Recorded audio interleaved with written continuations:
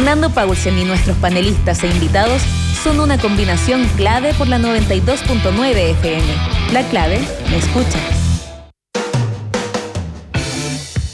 Ya estamos con el último entrevistado de este día lunes. Él es Hassan Akram. Hemos conversado tanto aquí como en televisión con Hassan anteriormente, cientista político, economista. ¿Cómo estás, Hassan? Hola, ¿cómo estás, Fernando? Muy bien, veo que sacaste nuevo libro.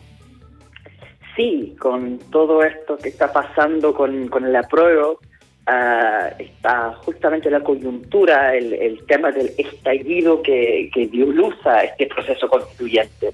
Y el libro mío así habla de este proceso y para dónde vamos en el futuro. Sí, cuéntanos un poquitito sobre por qué decidiste concentrarte básicamente en el gatillante de todo lo que está pasando, cosa que de hecho debes estar compitiendo con, no necesariamente compitiendo, pero colaborando con, por lo menos hay 4 o 5 libros que han apuntado a exactamente lo mismo.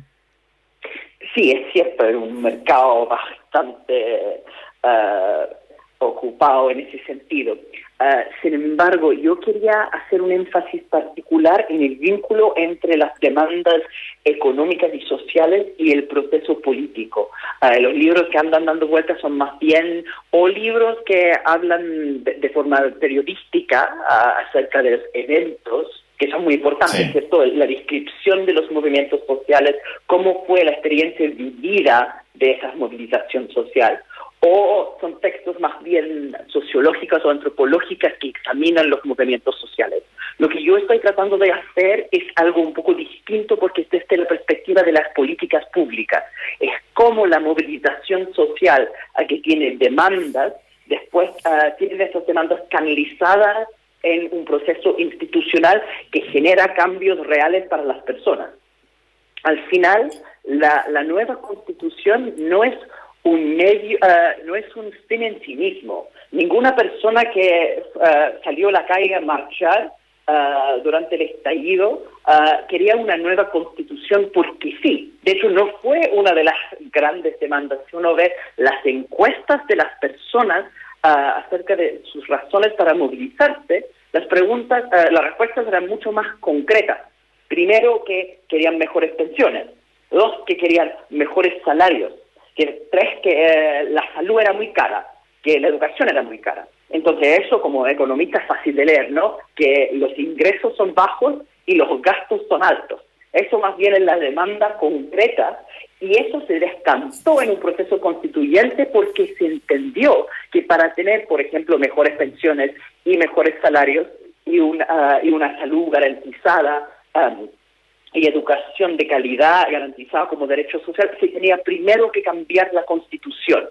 Entonces, en el texto hay un énfasis en la importancia de estas demandas y las formas institucionales que se pueden generar desde el Estado para dar cabida a estos derechos sociales, cómo se financian económicamente, pero por qué entonces se tiene que empezar con la Constitución como fundamental en los demás pasos.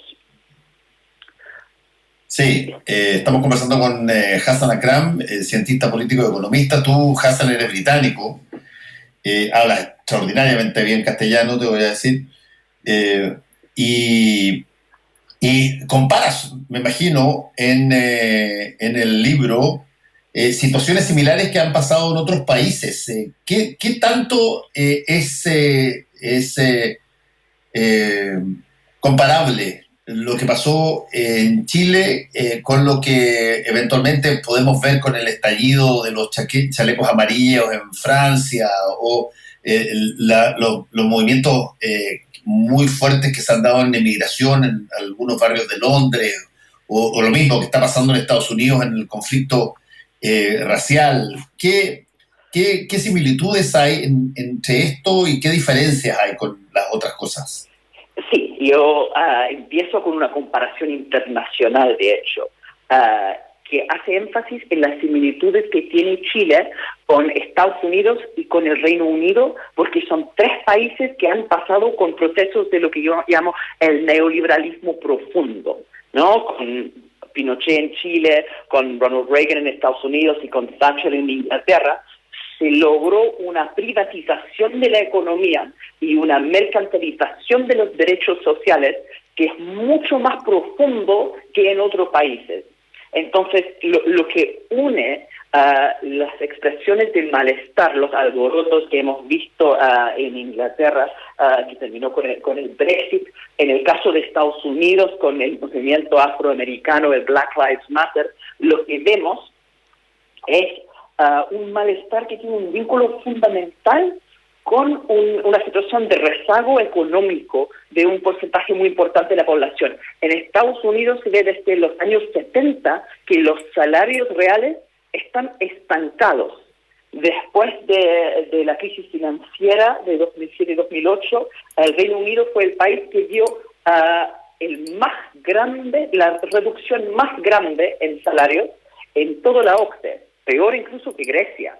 Entonces fue una crisis profunda. Y en América Latina, ¿no? Chile, normalmente se habla de Chile como el jaguar latinoamericano con un tremendo éxito económico, pero en realidad cuando uno analiza las cifras en comparación, primero que el rendimiento económico chileno es más bien mediocre. No hay una transformación, un despegue económico tan profundo si uno compara con las economías más exitosas del mundo, ¿no? Como Corea del Sur o como Taiwán, que eran países más pobres que Chile en los años 60 y hoy día son mucho más ricos, porque ahí sí hay un proceso de transformación económica, y Chile tenía un poco de eso en los años 90 y posterior a eso se estanca.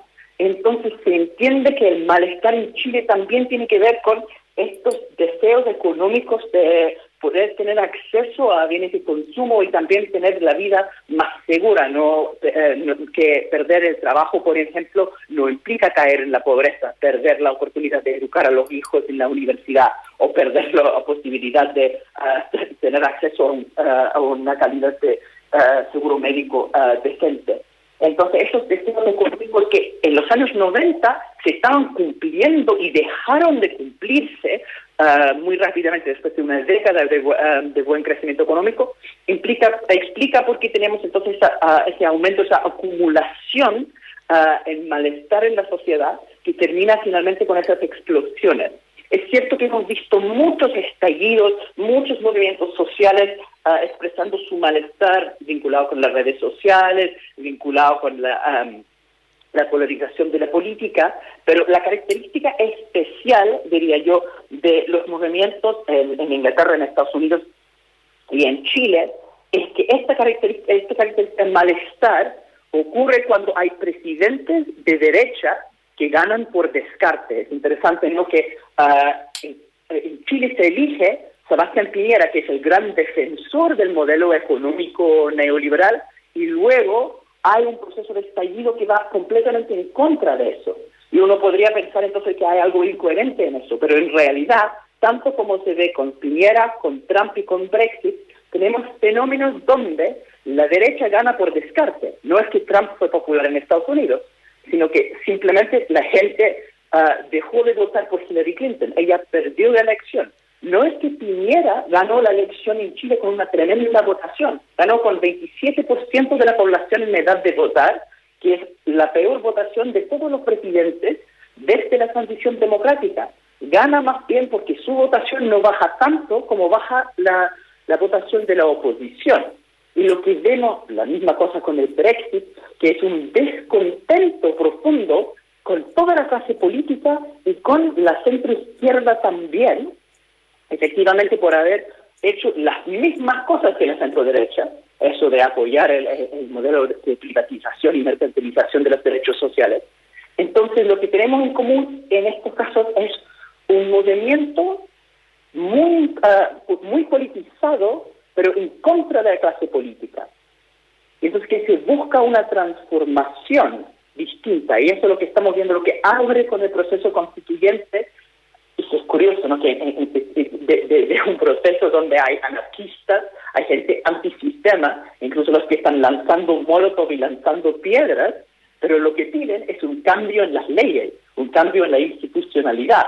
Es un cambio muy institucionalista. Se nota lo mismo, eso es una cosa que tienen en común estos países también, que son muy institucionales, y las demandas sociales, a pesar de lo transgresivo que pueden ser los movimientos sociales, a pesar de la violencia que se ve, en realidad las demandas son concretas y son canalizables a través de un cambio de modelo. Estamos conversando con el cientista político Hassan Akram sobre este libro, El estallido, y tú dices que es un manual para los constituyentes, el estallido. ¿A qué te refieres con eso? Sí, es que, curiosamente, si uno mira que el estallido empezó con el tema del metro, pero el tema del metro fue más bien un gatillante, ¿no? La consigna que ocupa finalmente el mismo presidente Piñera, ¿no? Que no fueron solamente 30 pesos, sino 30 años. Piñera lo ocupó para luego decir, por ende no vamos a resolverlo en 30 días. Pero con esa frase del mismo Piñera, él reconoció que la demanda del estallido es mucho más profundo que un tema puntual como el costo del metro. También él nunca tenía como demanda un cambio de constitución en sí. Pero el proceso constituyente, la demanda para la refundación de la sociedad con otras reglas, viene de una comprensión de sabiduría popular. Se critica mucho la capacidad política de la juventud. Se dice que no están ni ahí. Vimos con el estallido que no están ni ahí con votar dentro del sistema de partidos políticos y del sistema constitucional establecido. Pero en pandemia, con todos los problemas de hacer campaña, con gente que no iba a votar por miedo a contagiarse, igual vimos la votación con la cantidad absoluta de votos más alto en la historia chilena y un aumento en el porcentaje total de votación, cosa que no ha ocurrido en otros países que tienen elecciones en pandemia, donde colapsa la votación normalmente. Entonces vemos que la gente, y sobre todo la juventud, sí está interesado en votar, pero no están ni ahí con votar con el sistema actual, pero buscan una transformación, y eso es lo que permite la nueva Constitución. Ahora va pasando como una especie de mito que la Constitución actual impone un modelo neoliberal con un Estado subsidiario. Entonces la gente piensa que la Constitución dice poco menos que Chile es un país neoliberal con un Estado subsidiario. Y lo que quieren hacer es tachar esa línea de la Constitución y poner Chile es un país de derechos sociales. El problema ahí es que en realidad la Constitución no tiene ni la palabra neoliberal ni la palabra subsidiario. Y la Constitución no impone el modelo, sino que lo protege. Esa diferencia parece pequeña, pero es importante.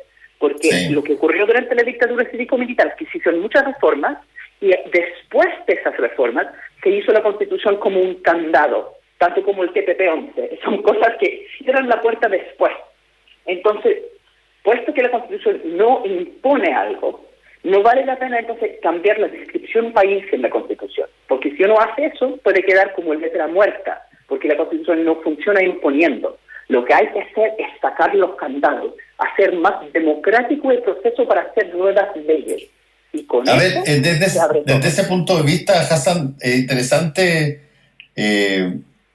aprovechar el tiempo. A ver, dime, ¿cuáles son los 3 principales candados? Bueno, yo diría que número 1 sería el Tribunal Constitucional, 2 son los quórum supermayoritarios, y el tercero son los tribunales de arbitraje, que esos son los que están también en el TPP-11 y los demás tratados de libre comercio que permiten a las transnacionales demandar al Estado chileno.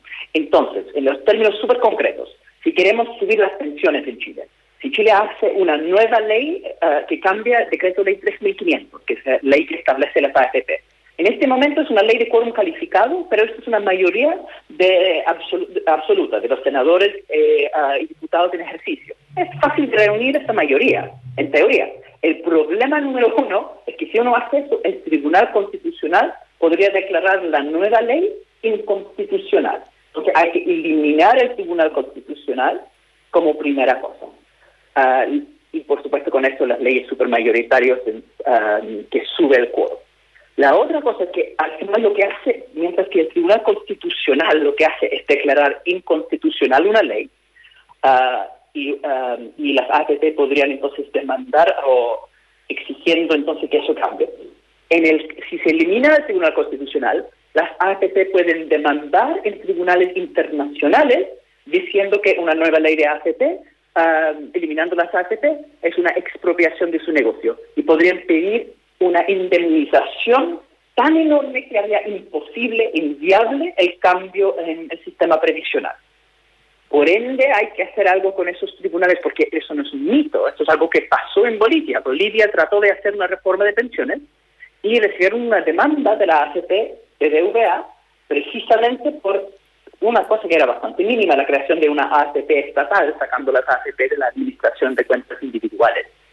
Entonces, en ese sentido, primero hay que eliminar los quórums supramayoritarios, después, esto que es lo que Fernando Atria llama la tercera cámara, que es el Tribunal Constitucional, y luego lo que yo llamo la cuarta cámara, que son esos tribunales de arbitraje. Y con eso entonces se podría cambiar y subir las pensiones, de esa forma también se podría cambiar y subir los salarios a través de una ley de negociación colectiva ramal. Todos los países que tienen esa forma de negociación colectiva, donde lo que negocia el sindicato se aplica para todos los trabajadores del sector económico, lo que termina haciendo es subiendo los salarios para todos. Eso ocurre en Francia, en Alemania, en Uruguay, en esta región latinoamericana. Entonces hay buenas leyes que fácilmente se podrían mejorar rápidamente la calidad de vida para las personas en Chile. Pero en este momento están bloqueados por el sistema constitucional. Entonces, cambiando la Constitución, luego se puede hacer estos cambios económicos que son tan necesarios. Otra cosa que dijimos súper importante es que la Constitución debe establecer también una separación total entre el dinero y la política.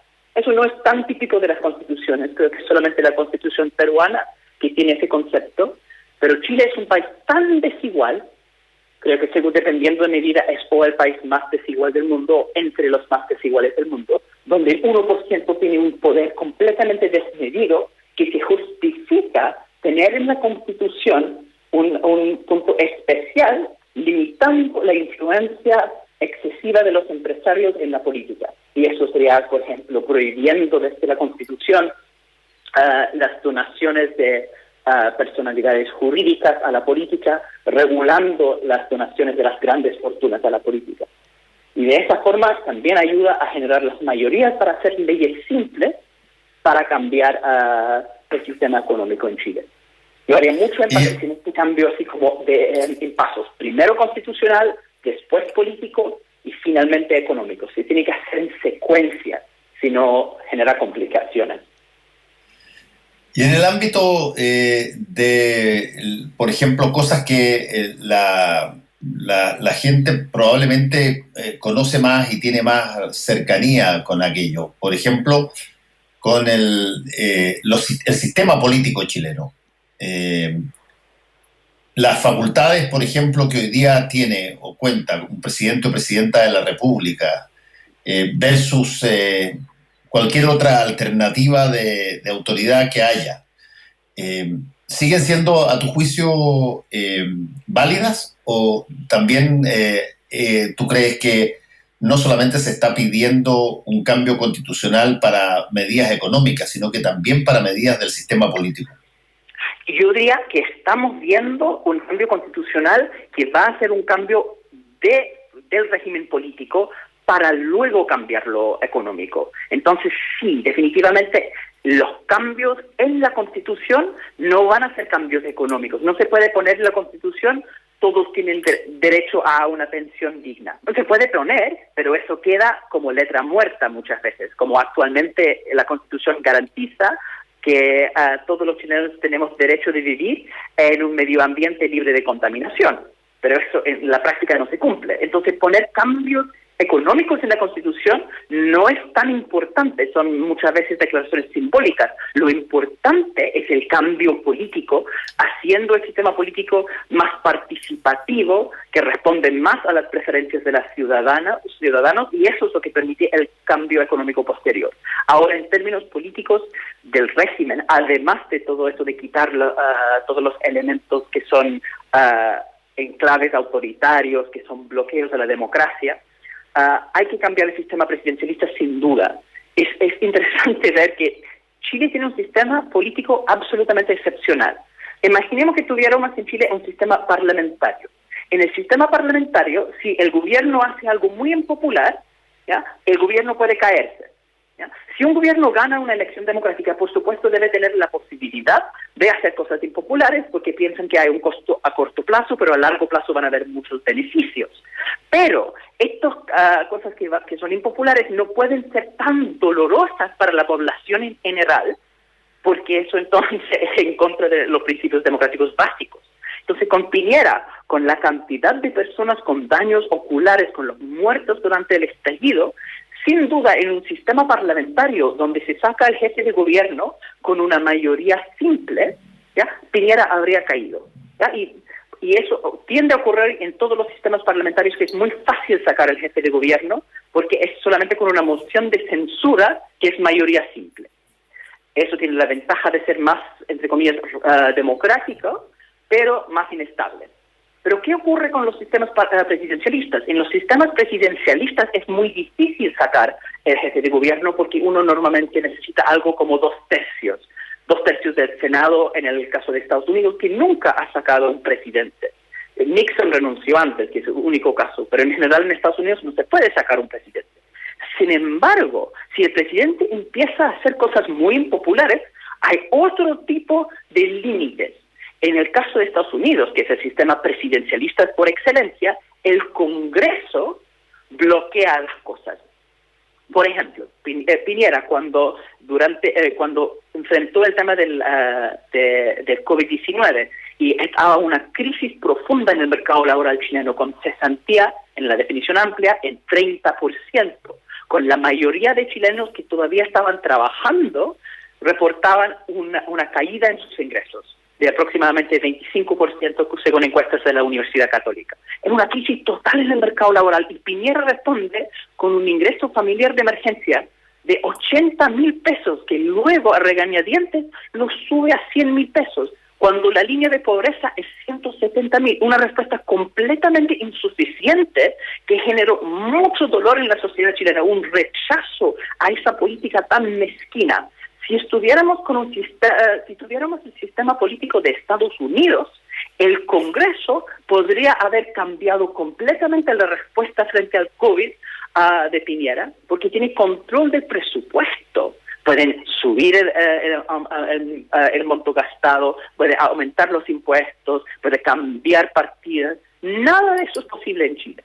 Entonces, no tenemos un sistema tipo parlamentario donde se puede sacar el jefe de gobierno si hace cosas muy impopulares.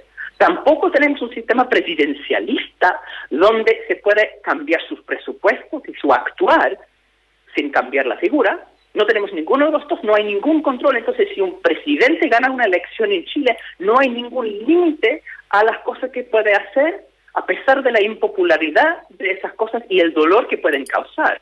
Por eso volvimos casi con la política del gobierno frente a COVID, ¿cierto? Con el ingreso familiar de emergencia, volvimos a los años 80, a las famosas fichas CAS, donde la gente escondía electrodomésticos para recibir una miserable ayuda del gobierno. Y lo que ocurre con el ingreso familiar de emergencia es la versión siglo XXI de la ficha CAS, con adultos mayores, con toda la brecha digital, tratando de ver desde sus celulares cómo conseguir esa ayuda mínima del gobierno. Y muchas veces viendo que no lo conseguían porque los números no calzaban en la ficha. Entonces había un rechazo a eso, pero no había forma de corregirlo dentro de la Constitución. ¿Y cómo se manejó al final? Con un retiro del 10% a través de la misma reforma constitucional. Sí, para cambiar políticas normales se tiene que hacer una reforma constitucional. Eso demuestra que la Constitución no está funcionando y se tiene que eliminar este sistema hiperpresidencialista. Sí, va a ser interesante esa discusión, toda la discusión en torno al sistema político. En algún momento dado se propuso por parte de dos presidentes de partido, Carlos Larraín de Renovación Nacional y Ignacio Walker de la Democracia Cristiana, la posibilidad de reformar la Constitución para que se transformara en un sistema semipresidencial. Pero yo siempre lo he dicho, las carcajadas del sistema político se hacían eco en la cordillera, digamos. No los pescaron, pero ni en bajada. Es un sistema muy poco chileno y además que no funciona muy bien ni siquiera en Francia, que es el país semipresidencialista por excelencia, que tiene muchos problemas cuando hay un primer ministro de un partido, un presidente de otro partido. Y de hecho, en la República Parlamentaria Chilena, que fue efectivamente un sistema semipresidencialista, luego de la guerra civil en Chile cuando se suicida Valcela, eso fue un sistema que funcionó muy mal. Más que un sistema semipresidencialista que mezcla, yo diría, lo peor de los dos sistemas, lo que necesitamos es un sistema donde hay más influencia de los ciudadanos en la política cotidiana. Entonces, más que aumentar el conflicto entre presidente y parlamento, necesitamos mejorar la conexión entre los ciudadanos y el Ejecutivo y las conexiones entre el ciudadano y el Parlamento. Entonces, las dos cosas... Menos francés y más suizo, dices tú.